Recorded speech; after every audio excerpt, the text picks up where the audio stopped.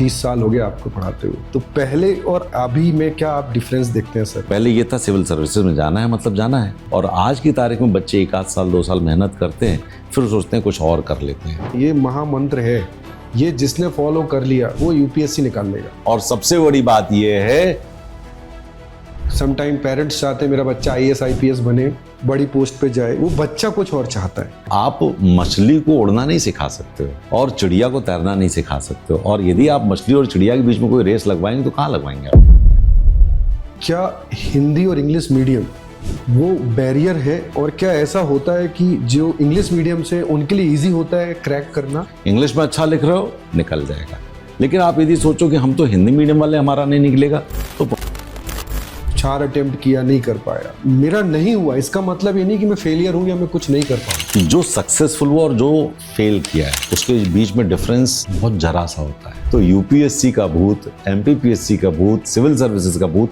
यदि आप डर रहे हो तो वो बड़ा होता जाएगा, आप छोटे होते जाओगे। एमपीपीएससी यूपीएससी ने क्रैक करने के लिए कोई ऐसी चीज आप बता सकते हैं ये नहीं करना चाहिए? क्योंकि ये सब आपकी साइकोलॉजी को नेगेटिविटी की ओर ले जाएंगे। बच्चे सब अच्छे होते हैं और सब सीख सकते हैं। माँ के पेट से ना हम सीख के आए थे ना आप सीख के आए थे, हम दोनों में से कोई अभिमन्यु नहीं है। अभी सर एक चीज और है कि क्या एमपीपीएससी और यूपीएससी की तैयारी साथ में की जा सकती है? दोनों साथ में की जा सकती है, लेकिन साथ में ही करना चाहिए इस पर मैं नहीं कह सकता। यूपीएससी एमपीपीएससी बहुत सारे बच्चे जो निकालना चाहते हैं, बहुत सारे पेरेंट्स हैं चाहते हैं कि उनके बच्चे निकले, इसलिए आज का पॉडकास्ट हमने किया है प्रदीप श्रीवास्तव सर के साथ। वो पीएस एकेडमी के ओनर हैं और सर को 30 साल का एक्सपीरियंस है। सर के साथ हमने डिटेल में बात की है कैसे यूपीएससी एमपीपीएससी क्रैक करें, क्या करें नहीं करें, पेरेंट्स क्या करें। तो ये पॉडकास्ट पूरा देखिए, आपके एग्जाम में आपकी प्रिपरेशन में बहुत मदद करेगा। सर आपका बहुत बहुत स्वागत है। और आज जो हम पॉडकास्ट में बात करने वाले हैं वो बात करने वाले हैं यूपीएससी एमपीपीएससी कैसे लोग निकालें, क्या क्या तकलीफ़ें होती हैं, क्या करना चाहिए क्या नहीं करना चाहिए। तो आज डिटेल में आपसे बात करने वाले हैं। इससे लाखों युवाओं का, यूथ का बहुत फ़ायदा भी होने वाला है। बहुत सारी ऐसी चीज़ें निकल के आने वाली हैं जो कई बार शायद उन तक नहीं पहुंच पाती। सबसे पहले तो मैं यही जानना चाहता हूं सर, आप 30 साल हो गए आपको पढ़ाते हुए, तो एक वो जनरेशन थी जिनको आपने पढ़ाया, लोग क्वालिफाई हुए, और एक आज की जनरेशन है। तो आप तो नहीं बदले, आप वही, बड़ी जनरेशन काफ़ी बदल गए। तो पहले और अभी में क्या आप डिफरेंस देखते हैं सर, स्पेशली जो कैंडिडेट्स होते हैं? देखिए, मध्य प्रदेश में जब 1995 में मैंने शुरू किया जी, तब यहाँ पर मैक्सिमम स्टूडेंट्स हिंदी मीडियम के होते थे, और तब कोई इंटरनेट जैसी व्यवस्था तो थी नहीं। तो रूरल बैकग्राउंड के बहुत बच्चे आते थे, अर्बन बैकग्राउंड के आते थे, लेकिन उनके अंदर एक जो सबसे इम्पॉर्टेंट चीज़ थी कि वो क्लास में बहुत फोकस्ड रहते थे, क्योंकि उनके पास कोई ऑल्टरनेटिव व्यवस्था थी नहीं। और इसलिए उस समय के बच्चों में जो सबसे इम्पॉर्टेंट चीज़ थी वो डेडिकेशन, डिवोशन और डिसिप्लिन, ये तीनों फैक्टर्स उनका बड़ा अच्छा मैं मानता था।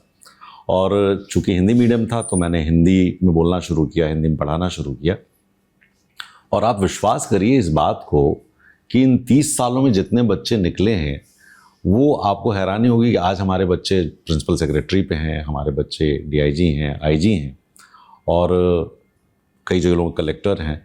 तो वो जो जनरेशन थी पहले वाली जिसकी आप बात कर रहे हैं, वो जनरेशन ऐसी थी कि जिनका भरोसा क्लासेस पे ज़्यादा होता था और वो क्लासेस में पढ़ते थे, लेकिन वो लोअर मिडिल क्लास के होते थे, मिडिल क्लास के होते थे, फ़ी इतनी अफोर्ड नहीं कर सकते थे, लेकिन उनके अंदर पढ़ने की इच्छा शक्ति बहुत थी। फिर एक फेज़ और आया, बीच वाला फेज, जिसमें अब हिंदी और इंग्लिश मिक्स बच्चे आने लगे। मतलब कुछ बच्चे 50% हिंदी के, 50% इंग्लिश के, और वो बच्चे भी बहुत अच्छा करते थे। लेकिन अब इंटरनेट आ गया था, और जब इंटरनेट आया तो इंटरनेट पे भी मटेरियल मिलने लगा, लेकिन ऑथेंटिक मटेरियल का क्वेश्चन होता था कि ऑथेंटिसिटी है कि नहीं है। क्योंकि किसी भी इंटरनेट पर आप कोई चीज़ बना करके डाल दीजिए और वो ऑथेंटिक नहीं भी हो तो चलेगा। अब जिस बच्चे ने उस ऑथेंटिक मटेरियल को नहीं पढ़ करके और एग्ज़ाम लिख दिया तो एग्जामिनर थोड़ा सा परेशान होता है कि ये क्या लिख रहा है। तो वो चीज़ थी। अभी जो जनरेशन है वो थोड़ा सा फास्ट जनरेशन है, और इस फास्ट जनरेशन में इनके पास बहुत सारा मटेरियल है। और वो मटेरियल कैसा है? यूट्यूब पे क्लासेस हैं, लोगों के अपने ऐप पर क्लासेस हैं, लोग ऑनलाइन बहुत सारी क्लासेस चला रहे हैं और बच्चे क्लासेस में भी आ रहे हैं, जो ऑफलाइन क्लासेस जिसको आप लोग बोलते हैं वो लोग भी आ रहे हैं। और ये बच्चे 100 जगहों से अलग अलग चीज़ें पढ़ रहे हैं, लेकिन परेशानी क्या आती है कि इनको ये नहीं पता है कि किस मटेरियल को कैसे इस्तेमाल किया जाए।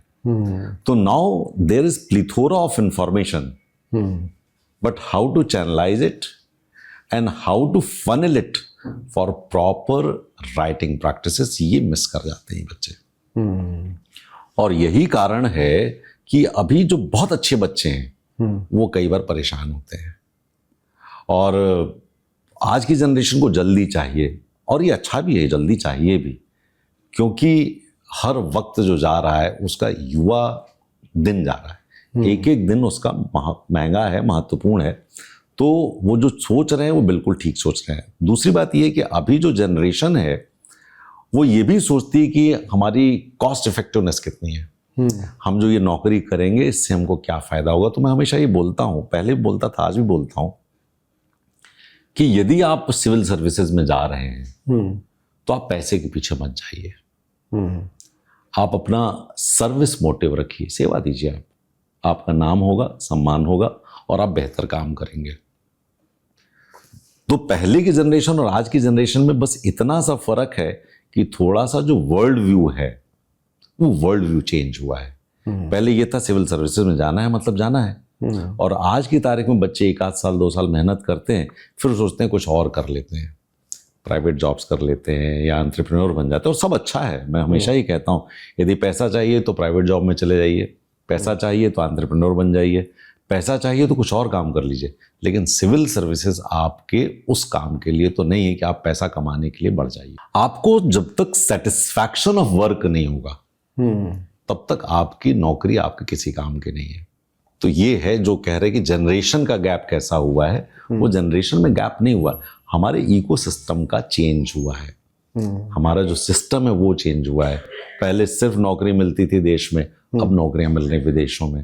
पहले नौकरी करने के लिए सिविल सर्विसेज एक एवेन्यू होता था, अब नौकरी करने के लिए सिविल सर्विसेज के अलावा बहुत सारे एवेन्यूज हैं। और अब आप जरा गौर करिए, अब ऐसा एनवायरनमेंट हो गया, ईज ऑफ डूइंग बिजनेस हो गया, आपको लोन्स मिल रहे हैं, आप यदि पढ़े लिखे हैं तो आपके पास काम है, तो आप अब अपने एंटरप्राइजिंग बिहेवियर को भी लेके आ रहे हैं। बहुत सारे लोग हैं जो यंग हैं, वो कहते हैं नहीं सर नौकरी नहीं करेंगे, हम कुछ काम करेंगे। क्यों काम करेंगे? क्योंकि हम अपने मालिक खुद होंगे। तो ये बिहेवियर शिफ्ट अच्छा है, बहुत अच्छा है। मैं तो हमेशा कहता हूँ भाई, आप जॉब सीकर्स के बजाय जॉब प्रोवाइडर बन रहे हैं ना। आप नौकरी ढूंढ रहे थे, आप नौकरी दे रहे हैं। आप पहले लायबिलिटी थे, अब आप एसेट हो रहे हैं और एसेट और क्रिएट कर रहे हैं। तो ये देश के लिए तो हमेशा अच्छा होगा ना। तो मेरा ये कहना है जो सर्विस मोटिव के साथ हैं कि भाई सेवा करनी है हमें देश की, आओ सिविल सर्विसेज तुम्हारे लिए खुला हुआ है और तुम बहुत अच्छा कर ले जाओगे। एक बार जब रिटायरमेंट होगा तो सोचोगे कि हमने अपनी जिंदगी में बहुत कुछ समाज के लिए दिया।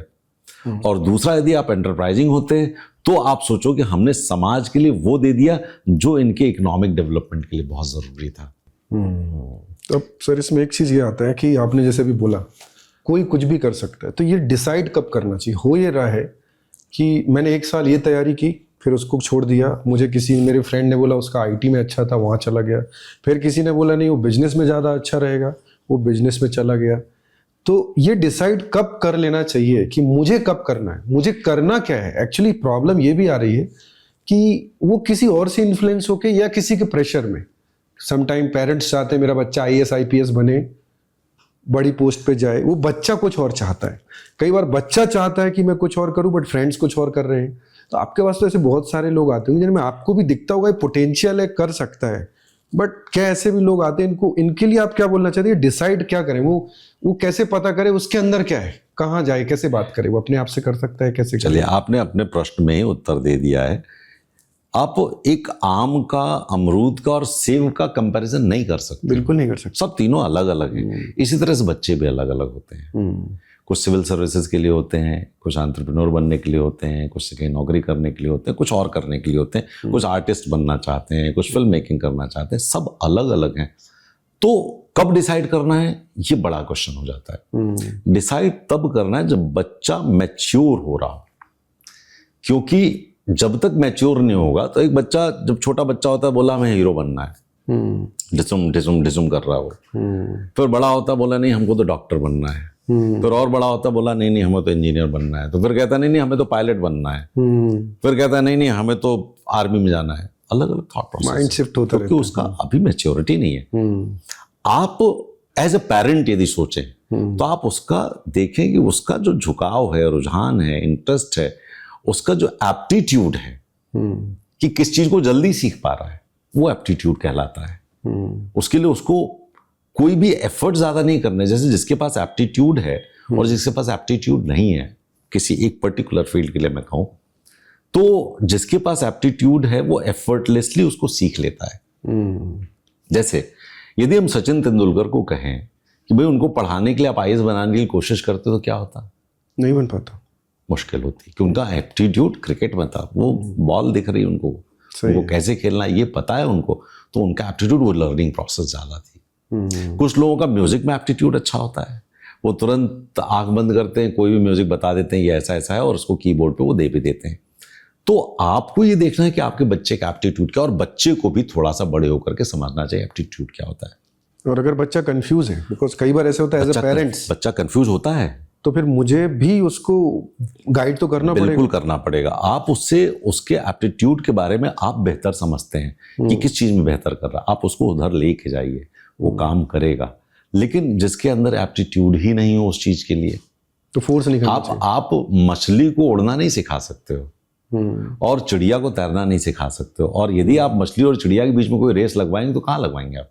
नहीं लगवा सकते। नहीं लगवा सकते। तो आपको उनके एप्टीट्यूड को देखना पड़ेगा कि किस एप्टीट्यूड के साथ वो ज्यादा स्ट्रांग है, किस में और जिस बच्चे का एप्टीट्यूड मान लीजिए ए सेक्शन के लिए ज्यादा अच्छा है, उसको ए में ही जाना चाहिए। जो बी काम कर सकता है उसको बी में ही जाना चाहिए। क्यों? क्योंकि उसमें दोनों चीजें होंगी, सक्सेस भी होगा, सेटिस्फैक्शन भी होगा, सस्टेनेबिलिटी भी होगी। उसको सफलता भी मिलेगी, उसको संतोष भी मिलेगा और वो लॉन्ग टर्म तक उस काम को करेगा भी। अदरवाइज आज ये कर रहे हैं, कल वो करेंगे, परसों ये करेंगे, नरसों वो करेंगे, पूरी जिंदगी कंफ्यूजन में गुजर जाएगा और कुछ भी नहीं कर पाएगा। बच्चों के लिए मेरा हमेशा से ये कहना है कि बच्चों के एप्टीट्यूड को आप दिखवाइए, खुद देखिए, किसी मेंटर के पास ले जाइए, किसी स्पेशलिस्ट के पास जाइए और देखिए वो किस फील्ड में अच्छा काम कर सकता है। और ये बात हमारे यहाँ क्लास 6-7 से शुरू हो जाती है। इंटरनेशनल एजेंसीज है बहुत सारी, अपनी नेशनल एजेंसीज है बहुत सारी, जो एप्टीट्यूड के बारे में डिफाइन करते हैं कि इस बच्चे में ये एप्टीट्यूड ज़्यादा है, ये अच्छा कर ले जाएगा। और ये ज़रूरी नहीं कि पहली बार में ही सब कुछ अच्छा होगा, हो सकता है 2 बार 3 बार, प्रोसेस टाइम लगेगा।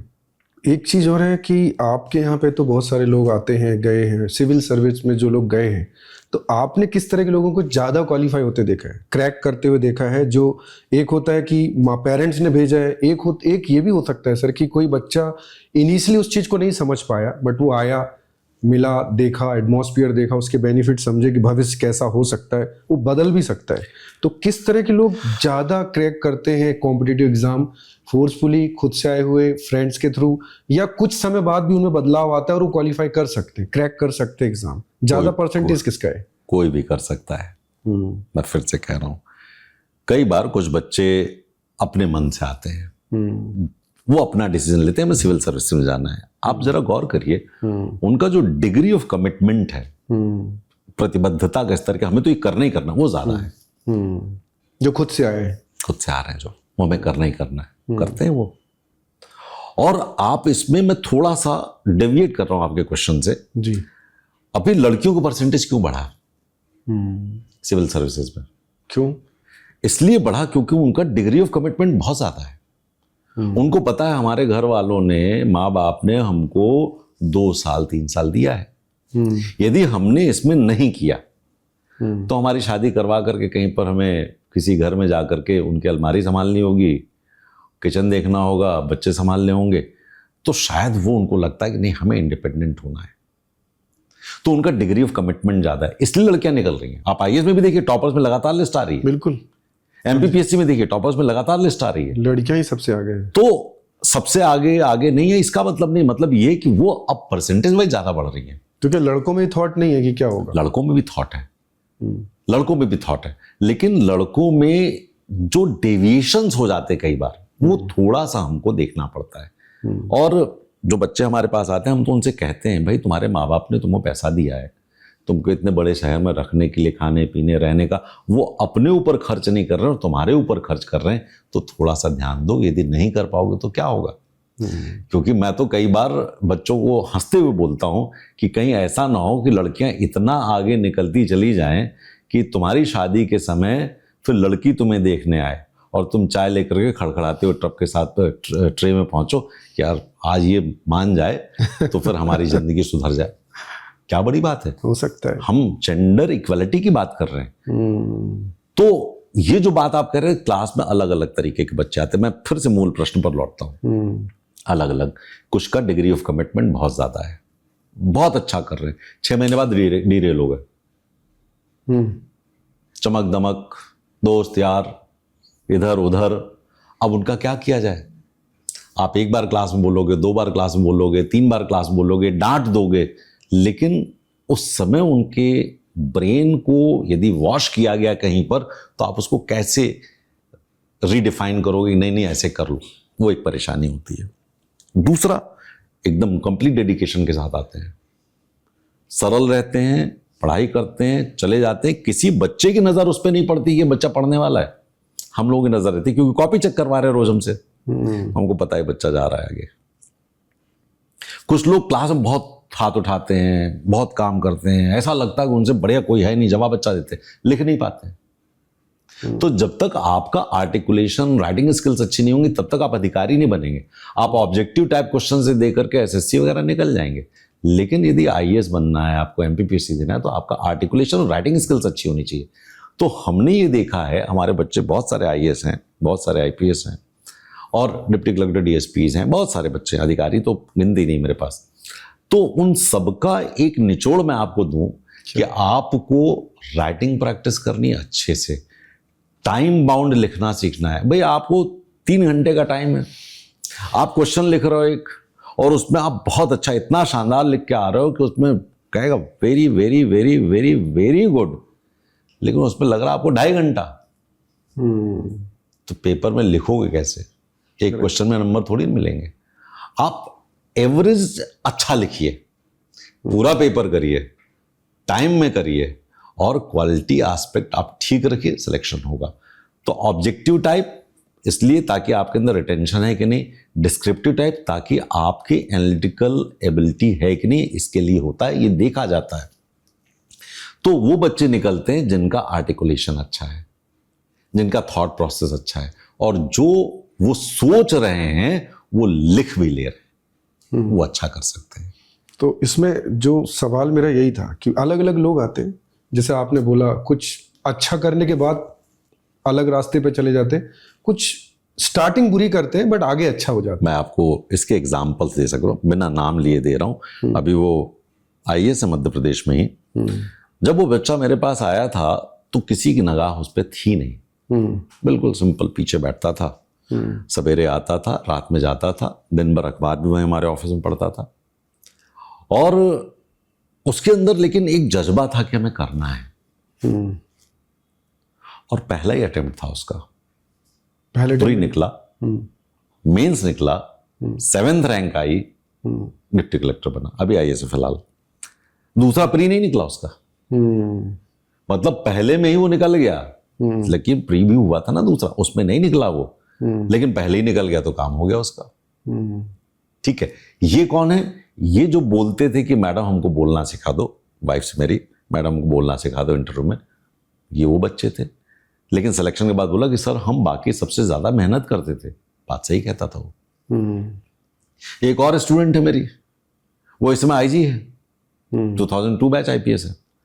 अब उस बच्ची का क्या था, वो हमारे पास पढ़ने बैठती थी, और जब पढ़ने बैठती तो मैं उसको पढ़ाता था, तो बोलती थी सर ये क्वेश्चन कैसे होगा, ये क्वेश्चन कैसे लिखा जाए, ये क्वेश्चन कैसे लिखा जाए, उसको बता दो। तो वो 1 घंटे बाद वो 4-5 क्वेश्चन लिख करके चली जाती, सर ये देखो। हम खुश हो जाते थे।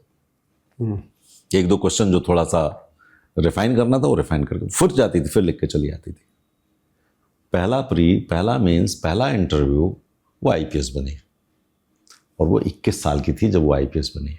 क्या बात है। आप ऐसे सोचो, 21 साल वाला जो फॉर्म होता है ना जिस समय भरा, उस समय वही एज थी उसकी, वो आईपीएस बनी। अभी एक बच्चा और है, उड़ीसा कैडर में आईएएस है, 21 साल की उम्र, उससे छोटा कोई बच्चा हो ही नहीं सकता जो आईएएस बना हो। हाँ, 21 साल से छोटा क्या होगा? ठीक है, 21 साल फॉर्म भरने की एज की बात कर रहा हूँ, 22 तक 22.5 तक फिर वो फाइनल निकल जाते हैं। तो इनमें जो कहना है कि भाई गर्मी लग रही है, घर पे एसी है लेकिन चलाएंगे नहीं, क्यों नहीं चलाएंगे? क्योंकि जब एग्जामिनेशन हॉल में बैठेंगे तो वहां एसी तो नहीं है, तो प्रैक्टिस तो हमारी ऐसी होनी चाहिए जैसे एग्जामिनेशन हॉल में है। ऐसी प्रैक्टिस नहीं होनी चाहिए कि हम घर में एसी में बैठ करके आंसर लिख रहे हैं और वहां पर शरीर कह रहा है कि नहीं नहीं यार बहुत गर्मी है, तो आपका थॉट प्रोसेस चेंज हो रहा है। तो बच्चे खराब भी दिखते हैं, सेलेक्ट होते हैं, लेकिन वो अच्छे थे, वो खराब दिख रहे थे लोगों को। और दूसरे बच्चे वो थे जो बहुत शार्प थे, ब्राइट थे, वो भी निकले हैं। लेकिन ऐसे भी बच्चे मैं जानता हूं जो बहुत ब्राइट थे लेकिन डिसिप्लिन नहीं थे, वो खरगोश थे लेकिन बीच में सो गए। यदि वो नहीं सोते तो आज पता नहीं कहां होते। ऐसे भी बच्चे हैं जिनको मैं आज भी डांटता हूं, उनका सिलेक्शन हो डिप्टी कलेक्टर में, डीएसपी में, और मुझे लगता था कि वो आईएएस बनने लायक हैं, आईपीएस बनने लायक हैं, लेकिन एक बार उनको नौकरी मिली, उसके बाद वो नौकरी उनको इतना बड़ा चार्म दे गई कि वो आगे बढ़ने के लिए सोच ही नहीं पाए। ये भी एक समस्या है कि आप जो आपका पोटेंशियल, उस पोटेंशियल को यूज नहीं कर रहे हो। क्यों? क्योंकि एक नौकरी मिल गया, अब क्या करना, हो गया। इसलिए कई बार मैं बच्चों को कहता हूं कि यदि पोटेंशियल है, मुझे दिखता है कि पोटेंशियल है, मैं बोल देता हूं कि ये बच्चा बन रहा है इस बार, और हमारी बात 100% सच होती है। आप किसी भी अधिकारी से जाके पूछेंगे कि सर ने तुम्हें बोला था क्या? हाँ बोला था। बोला था क्या? हाँ पहले ही दिन बोला था। इनको बोला था क्या? नहीं बोला था। मतलब ऐसा नहीं हम सबको बोल रहे हैं, तो जिनको बोल रहे हैं वो हो रहे हैं। तो वो जो, और फिर उनका डिसिप्लिन भी मेंटेन कराना एक टीचर का काम होता है। मैं उनके लिए मेंटोर भी हूं, उनके लिए फादर भी हूं, उनके लिए ब्रदर भी हूं, उनके लिए माँ बाप भाई बहन सब हो जाता हूं मैं। क्या चाहिए तुम, अब पढ़ो बस। तो ये काम भी करना पड़ता है। और यही बात जब आप प्रश्न पूछते हैं ना कि कौन सा बच्चा अच्छा है, हर बच्चा अच्छा है। बस उसके कैलिबर को, उसके कॉन्फिडेंस को, उसकी कॉम्पिटेंस को और उसकी कैपेबिलिटीज को हमें सिर्फ निखारना है, बाकी काम तो खुद करेगा। उसके एग्जाम में बैठ करके तो वही लिखेगा ना। तो ये बात हम लोगों की होती है। सही है। हर बच्चा अच्छा होता है, आप ये मान के चलिएगा। अब जैसे मान लीजिए कोई बच्चा है, आपके प्रश्नों के जवाब बहुत इंपॉर्टेंट है मेरे लिए, बहुत गरीब घर से है, एक बार में नहीं निकल रहा है, तो उसके पास परेशानी है, कमाएगा नहीं तो घर में खाना कैसे जाएगा। 22 साल का हो गया, 23 साल का हो गया, घर में बड़ी मुश्किल है। तो फिर वो कहता है नहीं सिविल सर्विस छोड़ के कुछ और कर लेते हैं। यहां पर दो तरीके के लोग हैं। एक वो जो सिविल सर्विसेज छोड़ता है, कुछ और करता है और कमा करके अपने घर को खाना खिलाता है, कपड़े पहनाता है, रहने के लिए कुछ व्यवस्था करता है, और फिर वो जिंदगी ऐसे ही चल जाती है। दूसरा ये है जो ये करता है लेकिन साथ में उसके अंदर की आग है कि हमको सिविल सर्विसेज में जाना है, वो दूसरी तरफ भी कोशिश कर रहा होता है, वो कांटेक्ट में रहता है। सर ये वाला क्वेश्चन आपने करवाए थे, अभी ऐसे बहुत सारे बच्चे हैं, और फिर वो भी निकल जाते हैं। तो कितनी आग है आपके अंदर, ये बड़ा डिफाइन करेगा आपका सक्सेस। तो बच्चे अलग अलग तरीके के हो सकते हैं। कुछ बच्चे बहुत अमीर हैं, वो आ जाते हैं, फादर की इंडस्ट्री चल रही है, बड़ा सारा काम चल रहा है, और उन सब कामों को चलते चलते उनको भेज दिया जाता है कि चलो जाओ तुम भी कर लो। उनके मन में भी लगा कि बड़ा भौकाल होगा हमारा सिविल सर्विसेज में जाएंगे, तो ये भौकाल शब्द है, बड़ा भौकाल होगा।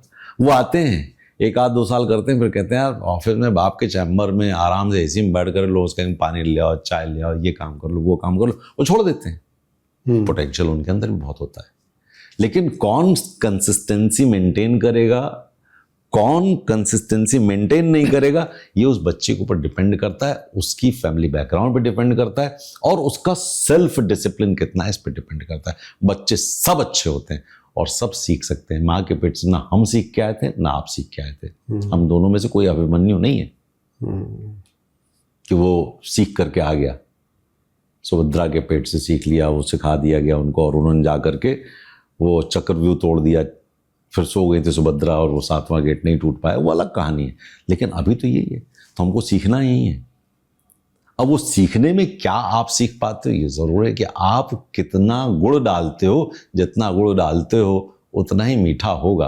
तो तो खीर बनाने के लिए गुड़ की क्वालिटी और क्वांटिटी दोनों देखनी है आपको, आप कितना काम कर रहे हो। इसमें एक और चीज़ आती है सर कि फैमिली जो होती है, परिवार का रोल कितना इम्पोर्टेंट है यूपीएससी या एमपीपीएससी में जो कैंडिडेट्स होते हैं, करना चाहते हैं उनके लिए। और फ्रेंड्स, मैं फ्रेंड्स इसलिए बोल रहा हूँ बिकॉज ऐसा माना जाता है कि किसी के बारे में पता करना है तो उसके 3 फ्रेंड से बात कर लीजिए, वो किनके साथ उठता बैठता है।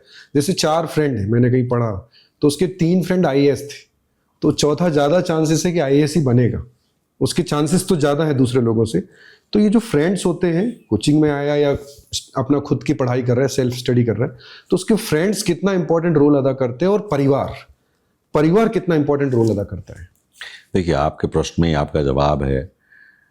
जो बच्चा तैयारी करता है ना, वो मनोवैज्ञानिक रूप से कई बार कमजोर भी होता है। उसकी जिंदगी में साइकोलॉजिकल अप्स एंड डाउन्स आते हैं। तो जब डाउन हो तो परिवार होता है उसके लिए। ये परिवार को समझना पड़ेगा कि उसको परिवार होता है कि भाई बच्चा फेल हो गया, अगर तुम फेल हो गया यार, तुम तो कुछ कर ही नहीं पाए जिंदगी में, ऐसे तो नहीं चलता। देखो वो निकल गया, वो निकल गया, वो निकल गया, आप बेचारा डिप्रेशन में, एक तो वैसे ही जा रहा है, आप उसको और डिप्रेस कर रहे हैं। आपको ये सोचना पड़ेगा कि किन परिस्थितियों के कारण वो नहीं निकला है और किन परिस्थितियों में निकल जाएगा। तो हमें परिवार का सपोर्ट देना पड़ेगा। इसमें माँ बाप भाई बहन सब शामिल हैं, और यही दोस्त भी हैं। और वो दोस्त यदि अच्छे हैं तो नेचुरली आपको अच्छी सलाह देंगे। मैं तो हमेशा कहता हूं, यदि कोई मेरा दोस्त है और मैं पढ़ रहा हूं और वो आया और बुलाने के लिए, और मैं कह रहा हूं नहीं मैं पढ़ रहा हूं अभी नहीं चल पाऊंगा, और वो बुरा मान जाए, तो मेरा दोस्त था ही नहीं। करेक्ट। दोस्त तो वो है जो हमको समझ जाए यार इसको अभी जरूरत है, अभी चलने वाली जरूरत नहीं है, और बल्कि और 2-4 किताबें लेके आ, भाई ये मैंने देखा, ये ढूंढ लिया, ये तुम देख लो, ये कुछ क्वेश्चंस मैंने निकाले हैं, ये तुम देख लो।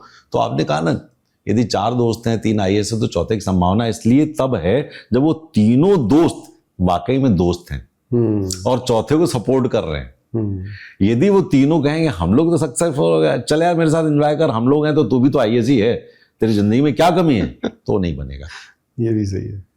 आप उसको क्वालिटी ऑफ फ्रेंडशिप को देखिए, कंटेंट ऑफ फ्रेंडशिप को देखिए, गोल ऑफ फ्रेंडशिप को देखिए, डायरेक्शन ऑफ फ्रेंडशिप को देखिए, और कंसिस्टेंसी ऑफ फ्रेंडशिप को देखिए, और साइकोलॉजिकल इंपैक्ट ऑफ फ्रेंडशिप को देखिए। तब आप फ्रेंडशिप को डिफाइन कर पाएंगे आपके करियर पर, नहीं तो डिफाइन ही नहीं होगा वो। बहुत सारे सर ऐसे लोग हैं जो आईएएस और आईपीएस की तैयारी कर रहे थे, प्रिपरेशन कर रहे थे, और उनका हुआ भी। तो जैसे हर बार उनका इंटरव्यू आता है, तो बहुत बार मैंने ये पढ़ा जिन्होंने क्रैक किया कि 2-3 साल के लिए उन्होंने सब छोड़ दिया था। मतलब उनके लिए पॉसिबल नहीं था कि वो सबके यहाँ जाएं, फिर बहुत सारे फ्रेंड हो, दोस्त हो। अभी मैं पढ़ रहा था जिन्होंने निकाला था कि वो सोशल मीडिया से भी काफ़ी इन सब चीज़ों से उन्होंने डिस्टेंस बनाया था।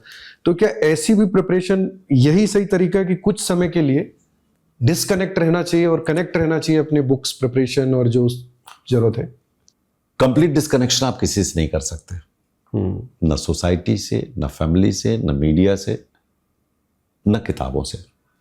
आपको सबसे साथ कनेक्टेड रहना है। लेकिन आपको ये देखना है क्या मैंडेटरी और क्या मैंडेटरी नहीं है, क्या आवश्यक है और क्या आवश्यक नहीं है। यदि आप सारे सोशल प्रोग्राम्स में जा रहे हैं तो आप गलती कर रहे हैं, क्योंकि आपके पास टाइम 24 घंटे ही एक दिन में जितना सबके पास होता है। आप सोशल मीडिया में रील्स देख रहे हैं लगातार, तो आप गलती कर रहे हैं। आप दोस्तों के साथ टाइम ज्यादा दे रहे हैं, गलती कर रहे हैं। आप अपनी बैलेंस लाइफ को लेकर के चलते हैं। कट कितना होना ये देखना है हमको। भाई यदि हमने 12 घंटे पढ़ लिया है, तो 1 घंटे के लिए कोई दोस्त हमारा मिलने आया तो हम उससे कह रहे नहीं हम तुमसे नहीं मिलेंगे, और मन में होता है चले जाते तो ज्यादा अच्छा रहता। तो आपका डिस्ट्रैक्शन तो शुरू हो गया ना। इतना आप टाइम दीजिए कि आपका डिस्ट्रैक्शन ना हो, और इतना टाइम भी ना दीजिए कि आपका डिस्ट्रैक्शन बना रहे। बैलेंस करना पड़ेगा। तो वो लोग जो कहते हैं पूरी तरह से कट ऑफ हो गए, शायद वो सक्सेस हुए हो, लेकिन मेरा कहना है कट ऑफ होने के बजाय एक लॉजिकल डिस्टेंस मेंटेन करिए। लॉजिकल डिस्टेंस, आप लॉजिकली वहां पर काम करिए। आप थोड़ा सा रेशनल होइए कि भाई हमको करना क्या है, और फिर आप अपने टाइम को और अपने गोल को एक बार कंपैटिबिलिटी इंडेक्स में चेक कर लीजिए कि कितना हमारे पास कंपैटिबिलिटी है। यदि हम इधर टाइम देते तो क्या इधर हम ठीक काम कर पाएंगे। तो क्वालिटेटिव एस्पेक्ट पे काम करना है। यूपीएससी या एमपीपीएससी क्वांटिटेटिव भी बहुत है, लेकिन उससे इंपॉर्टेंट है क्वालिटेटिव। तो आपको अपनी क्वालिटी और क्वांटिटी दोनों में बैलेंस करना पड़ेगा सिविल सर्विसेज के लिए। और यदि आप तीसरा उसका पिलर लेते हैं, क्वालिटेटिव पिलर, क्वांटिटेटिव पिलर, तो एक आपका रिलेशनशिप पिलर भी है। आपका घर, परिवार, दोस्त, समाज, ये भी है। यदि आप इससे पूरी तरह से कट गए तो हो सकता है आप सोसाइटी को ही नहीं समझ पाए, आप करंट को ना समझ पाए, आप इंटरनेशनल मीडिया को नहीं समझ पाए, इंटरनेशनल रिलेशंस को नहीं समझ पाए। तो ये सब तीनों का जब एक लॉजिकल मिक्स बनता है तब जाकर के एक सिविल सर्वेंट पैदा होता है। आप ऐसे सब मतलब बैलेंस रखना है। डिस्कनेक्ट का मतलब यही था कि वो आप ये नहीं कर सकते कि मैं जैसे पहले था, मैं सब कुछ चाहिए, वो नहीं मिल सकता। बहुत अच्छा आपका आंसर था, मुझे लगता है इससे बहुत मदद मिलेगी। अब एक और चीज़ है सर, 2 स्टूडेंट हैं जो तैयारी कर रहे हैं, एक जिसका एक एम है कि मुझे यूपीएससी मतलब यूपीएससी, मैं कोई दूसरा एग्जाम दूंगा ही नहीं, सारे अटेम्प्ट क्लियर करूंगा, सारे एग्जाम दूंगा। और एक और भी है जो कह रहा है मैं यूपीएससी, एमपीपीएससी, एसएससी, बैंकिंग, जो भी मिल जाएगा, तैयारी वो भी यूपीएससी की कर रहा है, बट वो बीच में सारे एग्जाम देते जा रहा है। कौन सा अप्रोच ज़्यादा अच्छा है? देखिए, एक जो बहुत शुरुआत में आपने बात कही थी, अभी फिर से मैं कह रहा हूं उसको, कि भाई आपका गोल क्या है। यदि आपका गोल है नौकरी पाना, तब तो आप कलेक्टर से लेकर के और क्लर्क तक सारे एग्जाम दोगे, ठीक है। लेकिन यदि गोल यही है कि नहीं सिर्फ हमें यूपीएससी क्वालिफाई करना है, तो फिर आप अपना एप्टीट्यूड देख लीजिए कि वो एप्टीट्यूड है कि नहीं है। कि ऐसा तो नहीं कि बस उत्साह में आप यूपीएससी की तैयारी कर रहे हैं, 4 लोगों को दिखा देंगे हम कि हम आईएएस की तैयारी कर रहे हैं, हम आईएएस की तैयारी कर रहे हैं, और होने लायक है नहीं। तो दोनों अप्रोचेस सही भी हैं, गलत भी हैं। यदि आपके अंदर एप्टीट्यूड है, आप पढ़ सकते हो, रिटेन कर सकते हो, और नौकरी भी चाहिए, तो आप सारे एग्जाम दे लो, किसी एक में लटक जाओगे। ऐसे लोग हैं, और फिर वो ऊपर बढ़ते हैं। ऐसे भी लोग हैं, मैं ऐसे लोगों को जानता हूं जो लोग आईबी में गए छोटी नौकरी पा करके, फिर आईएएस बन गए, आईपीएस बन गए। ऐसे भी लोग हैं जो यूपीएससी ही सिर्फ करेंगे, नहीं तो कुछ नहीं करेंगे, और वो कुछ नहीं कर पाए, एप्टीट्यूड ही नहीं था। तो जब आप जितना काम कर रहे हो, आपने 10 एग्जाम्स खोल दिए अपने सामने, तो 10 के लिए आप टाइम दे पा रहे हो क्या? और जो सबसे बड़ा एग्जाम है उसके लिए भी आप उतना ही इफेक्टिव राइटिंग, रीडिंग, कॉम्प्रिहेंशन और स्ट्रेटजी फॉर्म कर रहे हो कि नहीं कर रहे हो? इस पे डिपेंड करेगा। मतलब कोई जवाब आप यूनिफाइड हमसे आंसर मांग लेंगे तो हम नहीं दे पाएंगे। हर बच्चा खुद सोचेगा इसको क्या करना है। हर बच्चे को सोचना पड़ेगा क्या करना चाहिए। मैं तो कहता हूं ना कि भाई रिक्शा चलाने वाला, मजदूरी करने वाला, अखबार में निकलता है ना, कांस्टेबल, आईपीएस हो गए, आईएएस हो गए, उसने कुछ ना कुछ तो किया होगा ना। लोग नौकरी करते हैं 8-8, 10-10 घंटे की, रात में पढ़ते हैं, फिर सवेरे जल्दी उठ के पढ़ते हैं, फिर ऑफिस में जाके काम करते हैं, फिर सैटरडे संडे उनको मिलता है उसमें पढ़ते हैं, निकलते हैं।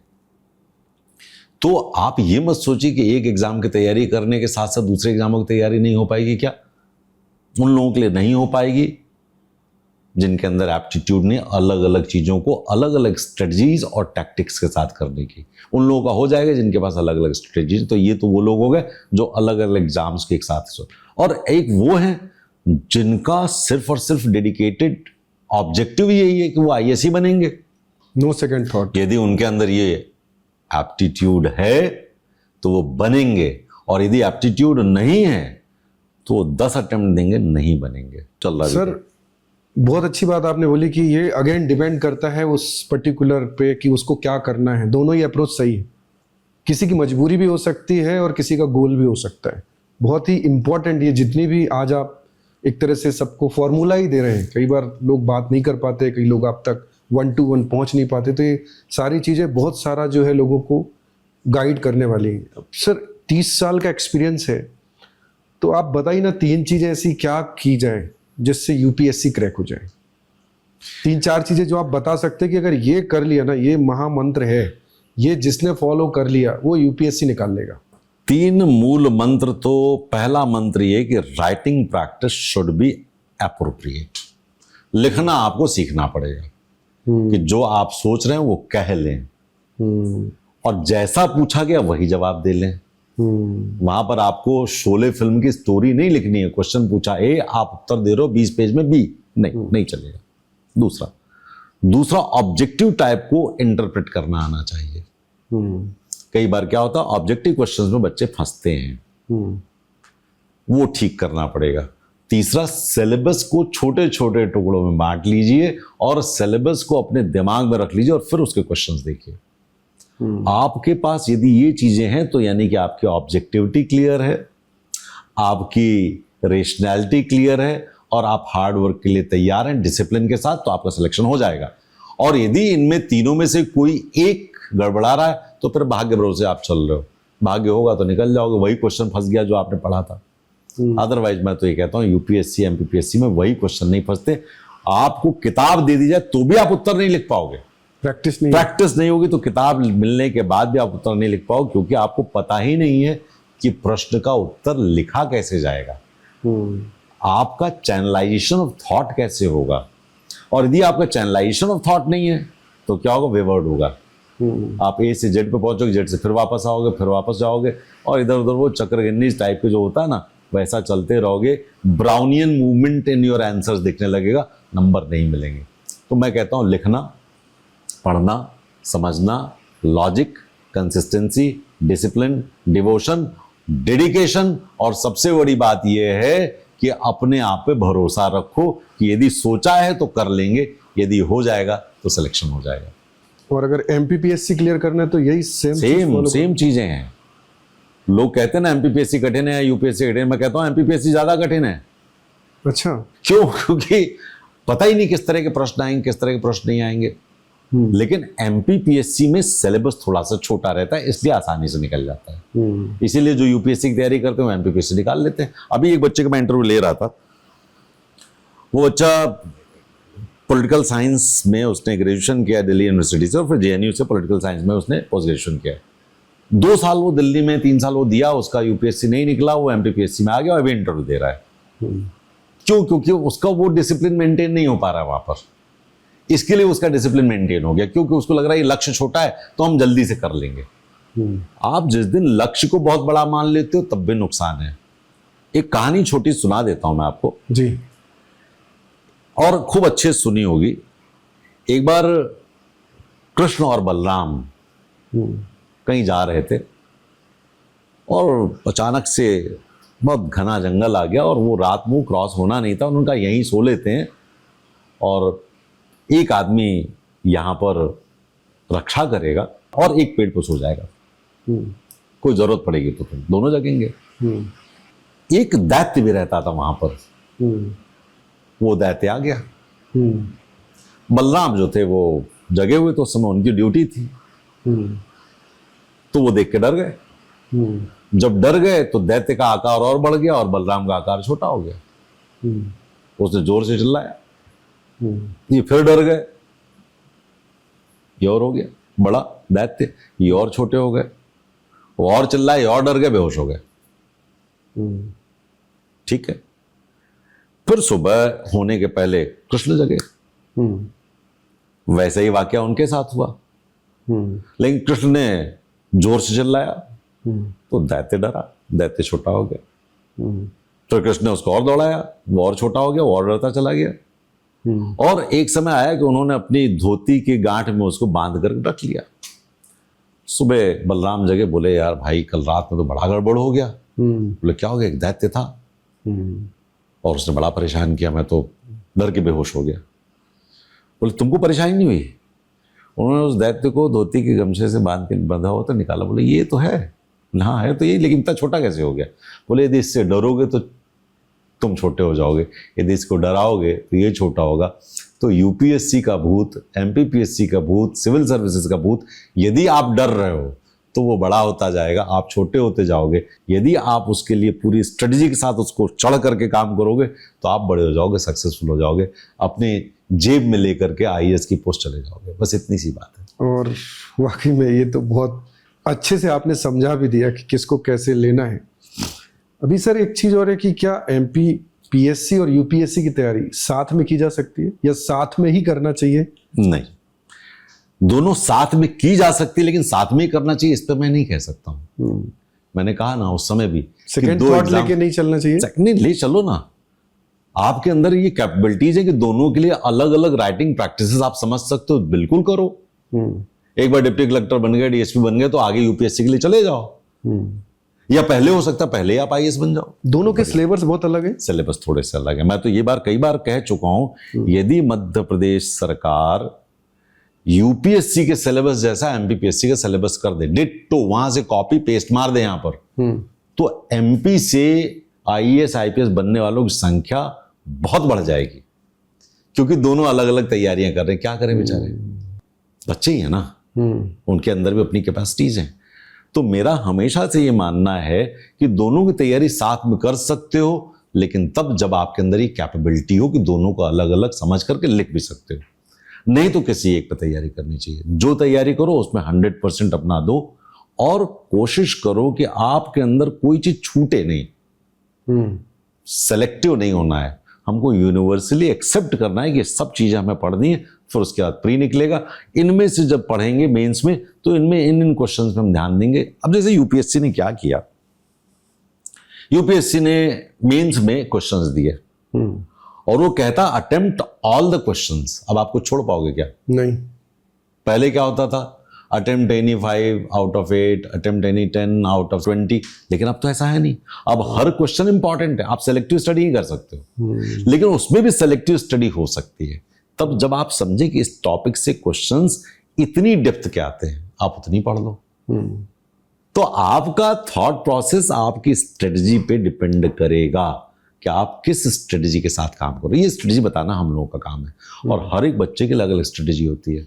जैसे आपने भी बोला कि एमपी गवर्नमेंट को ऐसा कर देना चाहिए, तो क्या किसी स्टेट में ऐसा है? यूपी में पहले था, अभी उसने भी तो चेंज क्या किया। यूपी और बिहार माना जाता है कि सबसे ज्यादा आईएएस आईपीएस बिहार में था? हाँ, तो वो वहां से उसकी निकले। वजह ये है? हाँ ये है ना, लेकिन दूसरी वजह भी है। क्या? यूपी और बिहार में एम्प्लॉयमेंट एवेन्यूज कम रहे हैं, पॉपुलेशन ज्यादा रही है, इसलिए लोगों को लगा कि ये कर लिया जाए। दूसरी चीज और है, कुछ तो होगा सर वहां जो अंग्रेज थे उन्होंने इन जगहों पर जमींदारी सिस्टम लगाया।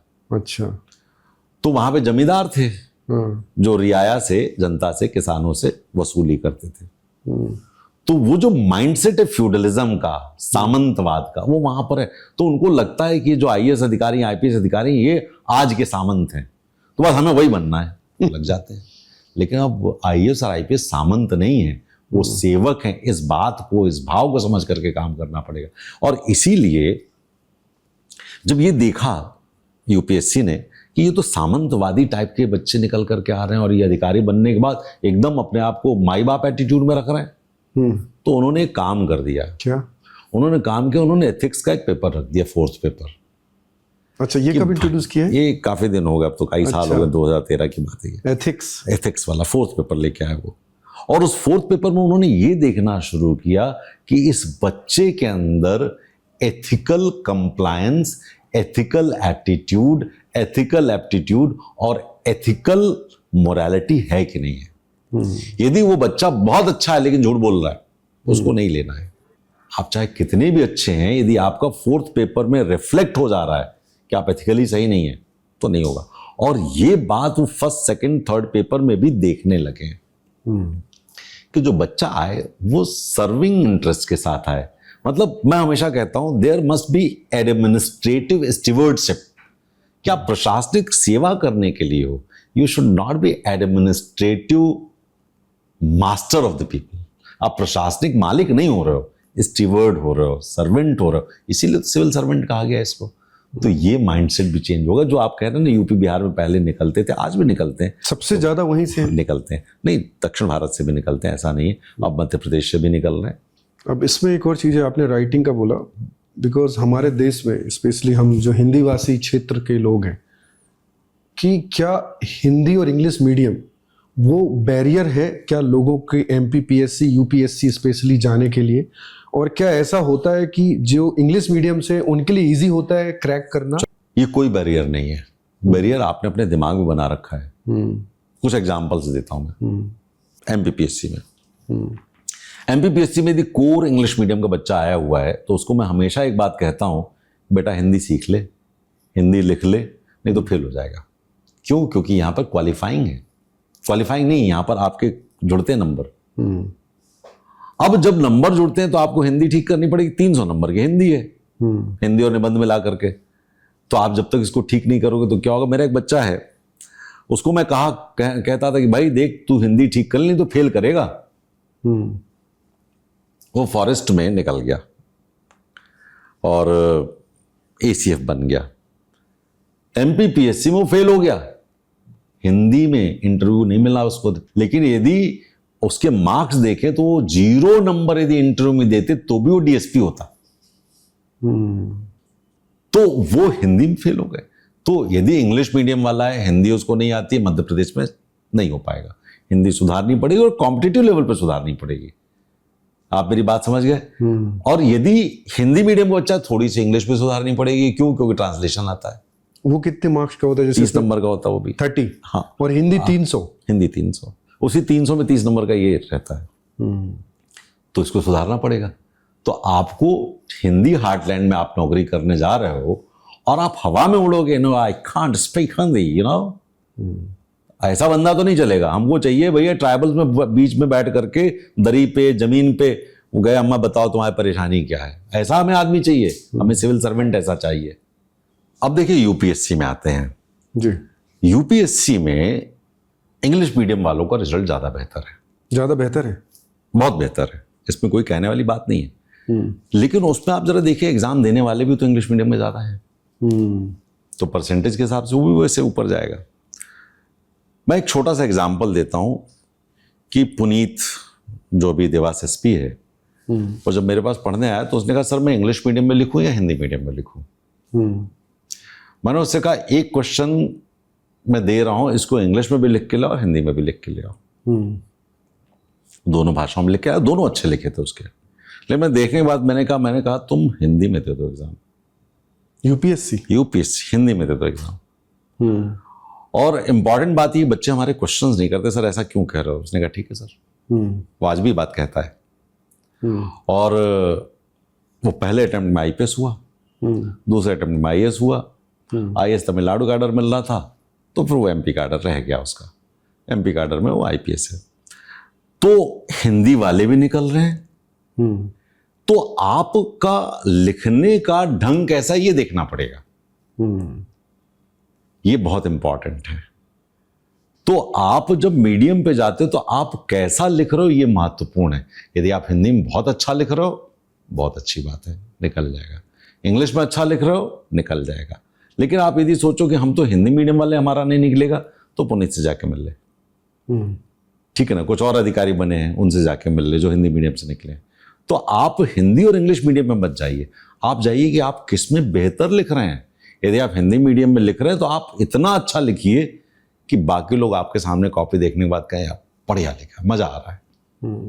ये बस सोचना पड़ेगा अपने को। तो मीडियम की बात आई तो सर एक और चीज़ आ रही है कि पिछले ईयर, लास्ट ईयर आई थी 12th फेल मूवी आई थी, उसमें दिखाया गया कि मतलब किस तरह से IAS IPS बनते हैं। इवन ये था कि देख के लग रहा था कि कितना मुश्किल है। तो उस मूवी में जो दिखाया गया है और जो रियल में होता है, आई थिंक कुछ तो रियल उसमें भी था, कुछ मूवी चूंकि बनाते हैं तो था। तो सच्चाई कैसा था? मतलब 12th फेल में जो दिखाया गया एक्चुअली ऐसे ही होता है, रियल में भी ऐसे ही होता है जब सिलेक्शन, बाकी जो प्रोसेस देखिए फिर हाफ बेक ट्रुथ हो गया ये। क्योंकि कुछ लोगों के लिए जिनके फाइनेंशियल कंडीशंस अच्छी हैं, उनके लिए इस तरह की समस्या नहीं है। कुछ की स्थितियां उससे बुरी हो सकती हैं, उसके लिए और संघर्ष है। कोचिंग की फी, खाने रहने की जगह, वहां पे सर्वाइवल का क्वेश्चन, और उसके बाद तैयारी।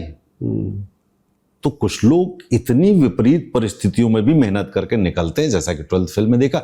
उससे भी बुरी स्थिति में लोग निकले होंगे जो हमने 12th फेल में नहीं देखा। और इसी तरह कुछ लोगों के पास मिडिल क्लास हैं, वो भी निकल रहे हैं, कुछ लोग एलीट क्लास से वो भी निकल रहे हैं। और जो सबसे इंपॉर्टेंट चीज ये है कि हम चाहते हैं कि there should be democratization of administration. जो प्रशासनिक अधिकारी हों वो लगभग सभी वर्गों से हों, चाहे वो गरीब हो, अमीर हो, मध्यम वर्ग हो, तभी तो हमारे दुनिया की, हमारी देश की समस्याओं को वो समझ पाएंगे। ठीक है कि नहीं? ठीक है, बिल्कुल ठीक। यदि किसी अमीर आदमी से पूछा जाए भूख क्या होती है, बोले ये हमें को पता नहीं, भूख किसको कहते हो, क्या हमको नहीं पता है। और किसी गरीब जनजाति व्यक्ति से पूछो कि क्या हवाई जहाज की यात्रा कैसी होती है, बोले हवाई जहाज क्या होता है यही हमको बता दो।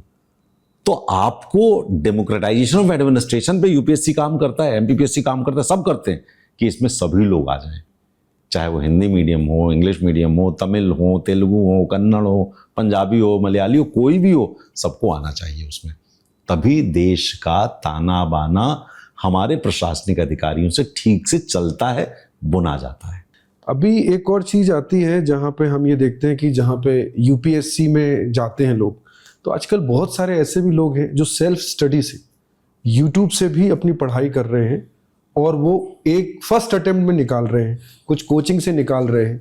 लेकिन जो लोग नहीं निकाल पा रहे तो सर उसको कितने अटेम्प्ट देना चाहिए? 4 आई थिंक जितना ऑप्शन रहता है वो देना चाहिए, या उसको बीच में ही अब कि भैया अब नहीं होगा, अब क्लियर हो गया? देखिए मैंने कहा ना, एप्टीट्यूड यदि आप अपना नहीं समझ रहे हैं तब मुश्किल आएगी। जहां चाह वहां राह। जिस बच्चे के पास कुछ भी नहीं, गांव में रह करके वो यूट्यूब से पढ़ करके और अपने को समझ ले रहा है कि ये वाला ऐसे लिखा जाएगा और ऐसे होगा, प्रीवियस ईयर क्वेश्चन देखे, पिछले सेलेक्टेड लोगों की कॉपीज देखी, तो घर पे बैठ करके वो सिलेक्शन ले लेगा। बिल्कुल बड़ी बात नहीं है। और नहीं तो सारे आईएएस के बीच में बैठ करके भी वो सिलेक्शन नहीं ले पाएगा। ऐसे बहुत सारे अधिकारी हैं जो माँ आईएएस, बाप आईएएस, दोनों आईएएस आईपीएस, उनके बच्चे नहीं हो पाते। क्यों? क्योंकि उनके अंदर वो जुनून नहीं है, उनके अंदर वो कटिंग एज नहीं है, वो पालने में झुलाए जाने वाले बच्चे रहे, उन्होंने अपना संघर्ष खुद नहीं किया है। ये बहुत बरगद के पेड़ के नीचे घास उगती है, दूसरा बरगद नहीं होता है। तो जब माँ बाप बरगद की तरह से हो जाते हैं तो ये मान के चलिए वो बड़ा आदमी हो सकता है अपने आप में, लेकिन बच्चे उतना बड़ा नहीं बन पाएंगे। सेल्फ प्रिपरेशन से जो लोग निकालते हैं वो तो हमने बहुत सारी स्टोरियां सुनी, बहुत लोग हैं, कोचिंग की स्टोरी हमने बहुत सुनी। अब ये सर एक और चीज है जो आज का यूथ है, 4 अटेम्प्ट किया नहीं कर पाया, एमपीपीएससी के नहीं कीपर, वो कई बार डिप्रेशन में चला जाता है। उसके बारे में कभी बात नहीं होती, इसलिए मैं आपसे पूछना चाहता हूँ और बात भी करना चाहता हूँ कि मेरा नहीं हुआ इसका मतलब ये नहीं कि मैं फेलियर हूँ या मैं कुछ नहीं कर पाऊंगा। मैं एक बात फिर बोलता हूँ इस बात पे कि जो सक्सेसफुल हुआ और जो फेल किया है उसके बीच में डिफरेंस बहुत जरा सा होता है, बहुत ज्यादा नहीं होता है। कई बार इंटरव्यू में कम नंबर मिला, नहीं हुआ, जबकि जिसने इंटरव्यू में कम नंबर मिले उसके रिटर्न में ज्यादा थे। इसका मतलब ये तो नहीं वो खराब बच्चा है। तो आप ये सोचिए इन दोनों में अंतर नहीं। अभी भारत सरकार ने बड़ा अच्छा काम किया है, वो मैं आपको बताता हूँ। ये बात उन बच्चों के लिए भी है, उन्होंने कहा जिन्होंने प्री निकाला, मेंस निकाला, उनके लिए भी नौकरियां आप मिलेंगी। इंटरव्यू में सिलेक्शन नहीं हो कोई बात नहीं, उनके लिए भी नौकरियां मिलेंगी। प्राइवेट सेक्टर में उन लोगों के नाम भेजे जाएंगे, गवर्नमेंट के बाकी सेक्टर्स में उनके नाम भेजे जाएंगे जहां पर उनको नौकरियां मिलेंगी। तो जो आपने मेहनत की है उस मेहनत का फल आपको मिलेगा, आज नहीं तो कल। दूसरी बात, सिविल सर्विस की तैयारी एक ऐसी तैयारी है, यदि आपने की हुई है तो आप जिंदगी में आगे तो बढ़ जाओगे, ये बात तो तय है। यहां नहीं, दूसरी जगह उद्यम में, किसी दूसरी जगह नौकरी में आगे बढ़ोगे। क्यों? क्योंकि आपने एक बड़े पैमाने पर तैयारी की है। आपका जो थ्रेशोल्ड लेवल है बाकी लोगों से ज्यादा बेहतर है, और सबसे बड़ी बात यह कि आपका स्पेक्ट्रम स्टडी भी ज्यादा है। तो ऐसे में आपके सक्सेसफुल होने की संभावनाएं बहुत ज्यादा हैं। सिविल सर्विसेज में नहीं गए, बाकी जगहों पर आपके लिए पूरा देश और दुनिया खुला हुआ है, ऐसा भी हमने देखा है। तो आप ये मत सोचिए कि सिविल सर्विस के बाद बच्चे को डिप्रेस होना है, डिप्रेस नहीं होना। उसको अपनी तैयारी रखनी है और अपने एवेन्यूज को ढूंढना है कि किन जगहों पर हमें जाकर के काम करना होगा, काम करेगा वो। ज्यादा टेंशन लेने की जरूरत नहीं है, हो सकता है कुछ और हो और बेटर हो। बिल्कुल, वो हरिवंश राय बच्चन ने लिखा था ना कि मन का हो तो अच्छा और ना हो तो और अच्छा। बिल्कुल। तो जब मन का नहीं होता तो कुछ और अच्छा लिखा होता ईश्वर ने। तो सभी स्टूडेंटों को ये बोलना चाहते हैं कि हिम्मत नहीं हारनी है, अगर नहीं होता तो कुछ और होगा। सर एक स्लाइड है जो मैं दिखाना चाहता हूँ, मैं देख रहा था बिकॉज वो ये स्लाइड है कि यूपीएससी में मैं देख रहा था कि कौन से लोग ज़्यादा होते हैं। लोगों के एक माइंडसेट होता है कि बहुत ही ब्रिलियंट स्टूडेंट होना चाहिए जो सबसे अलग हो, सबसे अच्छा हो। तो मैंने 2 आईएएस के बारे में पढ़ा, आईएएस टीना जी और एक आईएएस प्रदीप सिंह। दोनों के मैं नंबर देख रहा था सर। तो जो आईएएस टीना जी हैं उनके जो 10th में टॉपर, 12th में टॉपर, ग्रेजुएशन में topper, and IAS Pradeep Singh sir जो हैं उनके 10th में 44, 12th में 55 एंड ग्रेजुएशन में वो पास हो गए थे, मतलब 60 करीब परसेंटेज थे, मतलब वो एक मीडियम स्टूडेंट थे, बट दोनों ही IAS। तो मैं ये समझना चाहता हूँ कि क्या UPSC या MPPSC के लिए बहुत ही कुछ अलग, जैसे हवा बहुत अलग कुछ होना चाहिए, वही बन सकता है या कोई भी बन सकता है? देखिए, कोई भी तो नहीं बन सकता है जिसके अंदर डिसिप्लिन है, डेडिकेशन है, डिवोशन है, और साथ में मैं बार बार कह रहा हूँ राइटिंग प्रैक्टिस अच्छी है, वो बन जाएगा। नहीं, बट मैं पूछ रहा हूँ 10th और 12th के नंबर, उससे कोई मतलब नहीं। पहला वाला जो बच्चा हमारा था वो 3rd डिविजनर था, जो अभी IAS है मध्य प्रदेश में, तो उससे कोई फर्क नहीं पड़ रहा है। आप जब 10th कर रहे हैं, 12th कर रहे हैं, ग्रेजुएशन कर रहे हैं, तो आप ऐसे सोचिए, आप एक उंगली से कुछ तोड़िए, दूसरी उंगली से तोड़िए, नहीं टूट रहा है, लेकिन मुट्ठी बांध के टूट गया। तो आपने 10th में दोस्ती भी की, गाय भी चराई, भैंस भी चराई, और घर में गेहूं पिसाने भी चले गए, और साइकिल लेकर के कहीं माता पिता को या कहीं बूढ़े दादा दादी की दवाई के लिए चले गए, सब काम कर रहे थे, आपके नंबर कमाए, कोई बात नहीं। लेकिन जिस समय आपने तैयारी करनी शुरू की, तब आपने कहा कि अब मुट्ठी हमारी बंध गई, आपको रिजल्ट मिल जाएगा। तो आपका पीछे का बैकग्राउंड कैसा है ये डिफाइन नहीं करता, आप अभी कैसा कर रहे हैं ये डिफाइन करेगा कि आप सेलेक्ट हो रहे हैं कि नहीं हो रहे हैं। आप UPSC MPPSC में, UPSC में देखिए ना, कितने कम परसेंटेज में सिलेक्शन होता है। उस एग्जाम में कितने नंबर मिलते हैं? बहुत ज्यादा नंबर थोड़ी मिलते हैं, लेकिन सिलेक्ट होते हैं। तो मेरा ये कहना है कि आपका बैकग्राउंड क्या है ये मत देखिए, आप ये देखिए कि आप आज से लेकर के साल भर तक कितनी मेहनत कर लेंगे, ये डिफाइन करेगा आपके सक्सेस को। बिल्कुल सर। एक और चीज है, पैनल इंटरव्यू कोई भी हो, जब फेस करता है तो अंदर से थोड़ा तो डर रहता है। कोई बोले नहीं कुछ फर्क नहीं पड़ता, ऐसा नहीं होता, सबको थोड़ा डर लगता है, और डर इन द सेंस थोड़ा सा रहता है कि आज इंटरव्यू देने जा रहे हैं। तो जब हम UPSC हो या MPPSC हो, जब हम अंदर जाते हैं या पैनल इंटरव्यू के लिए जाते हैं, तो क्या 2-3 चीजें हैं जो मुझे ध्यान रखनी है सर, या रखना चाहिए जो स्टूडेंट जा रहे हैं?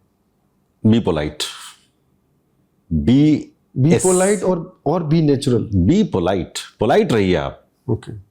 वहां पे इंटरव्यू लेने वाले सीनियर हैं आपके। Be assertive but not aggressive.